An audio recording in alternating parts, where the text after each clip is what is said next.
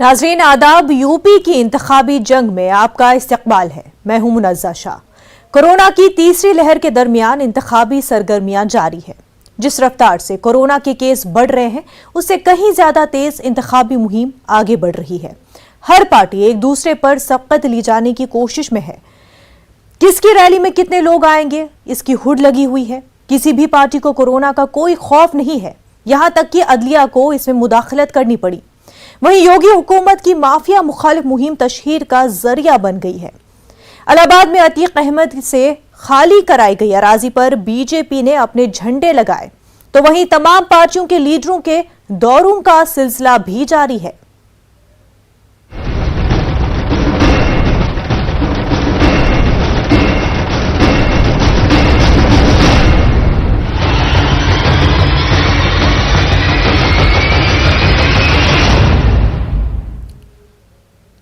अतीक अहमद और मुख्तार अंसारी के गढ़ समझे जाने वाले मशरक़ी यूपी में माफियाओं के खिलाफ जारहाना रुख अपनाकर योगी हुकूमत एक तीर से दो निशाना साधने की कोशिश कर रही है। इलाहाबाद में अतीक अहमद से मंसूब इमारतों को मुनहदम कराने के बाद सीएम योगी ने खाली कराई जमीनों पर भूमि पूजन के जरिए गरीबों के लिए मकानात तामीर करने का ऐलान किया है। माफियाओं के खिलाफ चलाई जा रही ये मुहिम अब हिंदुत्व के प्रचार की शक्ल इख्तियार करती जा रही है।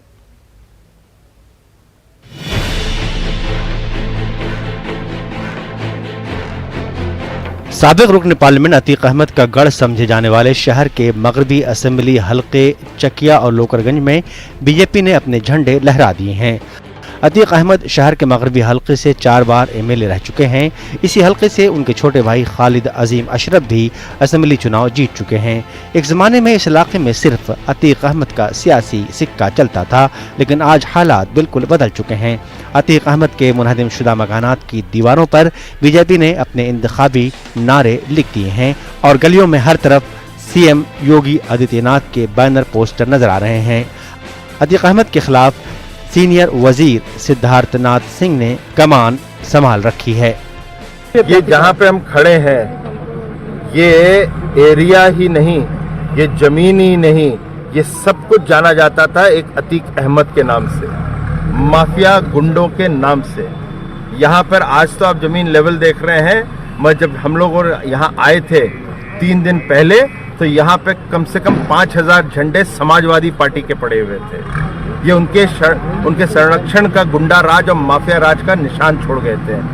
आज वो जमीन जिसकी नजरुल की थी उसको सरकार ने वापस लिया और गरीबों के 75 घर बनने जा रहे हैं। ये एक ऐतिहासिक काम हो रहा है और ये भी वो करबला जहां पर मदरसा कांड हुआ था, पुलिस घुसने में ठकरा रही थी, आज उनकी छाती के ऊपर चढ़कर इंसाफ की लड़ाई लड़ते हुए ये रामराज का चिन्ह बन रहा है। शहर मगरबी के चकिया और लोकरगंज मोहल्ले में वाक़े अतीक अहमद और उनके भाई खालिद अशरफ की जायदादों को पूरी तरह से मुनहदिम करा दिया गया है। मुनहदिम शुदा ज़मीनों को साफ कराने के बाद हुकूमत ने इसे अपने कब्जे में ले लिया है। अतीक अहमद से खाली कराई गई 1731 मुरब्बा मीटर अराजी पर अब योगी हुकूमत गरीबों के लिए 76 मकानात तामीर कराने जा रही है। सीएम योगी ने खुद इलाहाबाद पहुंचकर भूमि पूजन के जरिए इस मंसूबे का संग बुनियाद रखा। बीजेपी के इस जारहाना चुनाव प्रचार से मुस्लिम सियासी पार्टियां मोहतात रद्द-ए-अमल का इजहार कर रही हैं। हमने देखा कि बीजेपी ने 2019 में जो उसकी हिंदुत्व की राजनीति थी उस पर उसने लोगों का जो वोट लिया, लेकिन फिर उसने जो हुकूमत दी केंद्र में या जो उत्तर प्रदेश की हमारे योगी जी की हुकूमत है, वो हुकूमत में लोगों के काम आने में बिल्कुल नाकाम है। पब्लिक को उन्होंने इतना परेशान किया हुआ है, लॉ एंड ऑर्डर इतना खराब है, महंगाई इतना उरूज पे है, तो वो अब चाहे जो एजेंडा लेके आए उस एजेंडे में किसी को फंसना नहीं चाहिए, बल्कि अब विकास की बात पर ही इलेक्शन होगा और जितनी पब्लिक है वो विकास चाह रही है। इसीलिए इस वक्त बीजेपी की हालत बड़ी ख़राब है।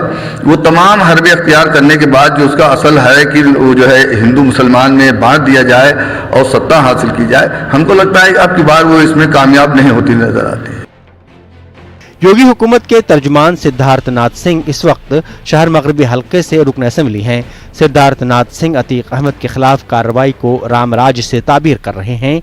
उनका कहना है कि जिस अतीक अहमद पर गुज़िश्ता 30 बरसों से किसी सियासी पार्टी ने हाथ डालने की हिम्मत नहीं की थी, उसको योगी हुकूमत ने अपने दम पर कर दिखाया है।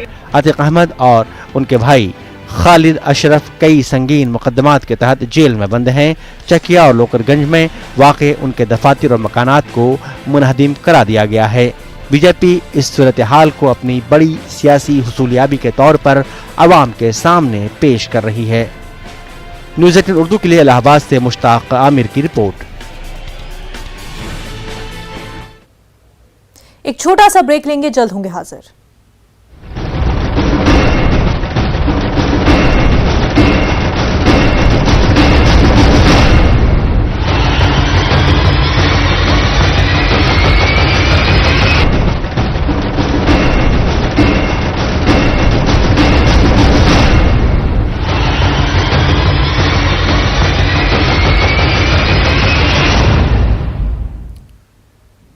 ब्रेक के बाद आपका खैर मकदम है। यूपी में असेंबली इंतखाबात का बिगुल बज चुका है।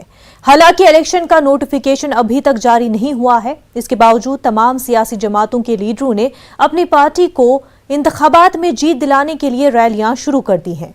बीजेपी के बड़े लीडरान का भी दौरा जारी है। वजीर दाखिला अमित शाह कल जन विश्वास यात्रा लेकर हरदोई पहुंच रहे हैं। हरदोई के GIC ग्राउंड पर तैयारियां जोरों पर है। केंद्रीय गृह मंत्री अमित शाह जी का आगमन है। जन विश्वास यात्रा लेकर के हरदोई पहुंच रहे हैं। इस GIC ग्राउंड में उनकी एक बड़ी जनसभा होनी है। वो जनसभा को संबोधित करेंगे। इस जो ग्राउंड है इसको पूरी तरीके से तैयार किया जा रहा है। तैयारियां जोरों पे हैं। हमारे साथ में राज्यसभा सांसद सुख वाजपेयी जी हैं। आइए उनसे जानते हैं कि किस तरीके की तैयारियां की जा रही हैं और कितना उत्साह है। सर, ये देखिए, बहुत व्यापक पैमाने पे तैयारियां हो रही हैं। जनपद के कोने कोने से लोग आएंगे। जब से ये समाचार हरदोई जनपद में पहुंचा है कि माननीय गृह मंत्री जी हरदोई आ रहे हैं, तो पूरे जनपद में बहुत उल्लास है और बड़ी संख्या में कल लोग अपने नेता को सुनने आएंगे। क्योंकि अमित शाह जी की कथनी और करनी में अंतर नहीं है। जो कहते हैं उसे करते हैं और उन्होंने गृह मंत्री रहते हुए जो ऐतिहासिक काम किए हैं जनता उसको अच्छी तरह से परिचित है। सीधे कल उनसे रूबरू होना चाहेगी हरदोई जनपद की जनता।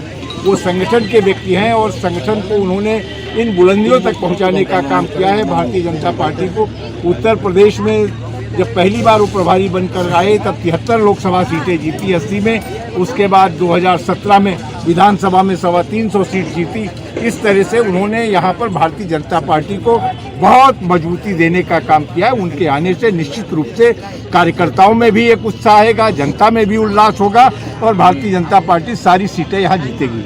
सर, किस तरीके से इस रैली को ले रहे हैं आप क्षेत्र में और कितनी भीड़ आने का अनुमान? देखिए, भीड़ तो आप गिन नहीं पाएंगे, बहुत बड़ी भीड़ आएगी और अवध क्षेत्र में कल की रैली का बहुत बड़ा संदेश जाएगा, बहुत प्रभाव पड़ेगा। यूपी इंतखाबी जंग में फिलहाल इतना ही। हमें दीजिए इजाजत। आदाब।